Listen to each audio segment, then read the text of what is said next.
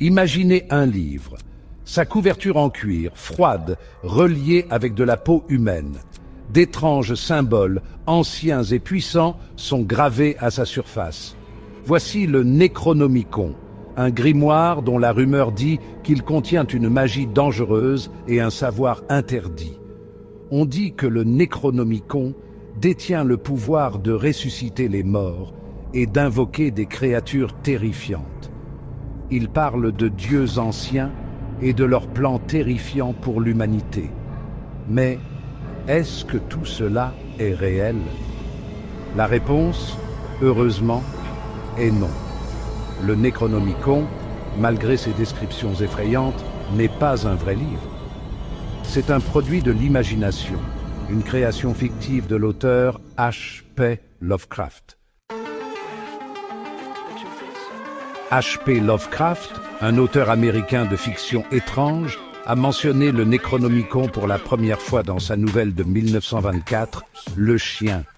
Il l'a décrit comme un ouvrage maudit, écrit par le arabe fou Abdul al-Hazred. Lovecraft a utilisé le Necronomicon tout au long de ses histoires, faisant référence à son contenu et ajoutant à sa réputation sinistre.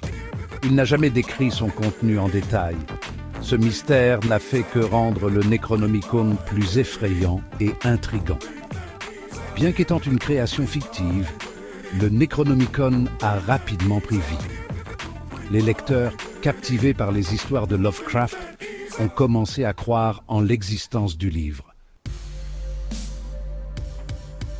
H.P. Lovecraft était un maître de l'horreur cosmique, un genre qui souligne l'insignifiance de l'humanité face à de vastes entités cosmiques inconnaissables.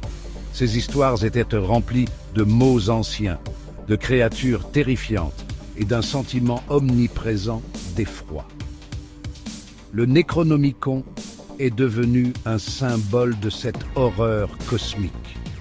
Il représentait le savoir interdit, celui qui pouvait rendre les hommes fous et déchaîner des horreurs indicibles sur le monde. Les histoires de Lovecraft et le Necronomicon qu'elles contiennent ont inspiré des générations d'écrivains et d'artistes. Stephen King, Guillermo del Toro et d'innombrables autres ont cité Lovecraft comme une influence. L'impact du Necronomicon s'étend bien au-delà du papier. Il est apparu dans des films, des séries télévisées, des jeux vidéo et de la musique. Sa réputation effrayante en a fait un élément populaire dans l'horreur et le fantastique. Certains fans sont même allés jusqu'à créer leur propre version du Necronomicon.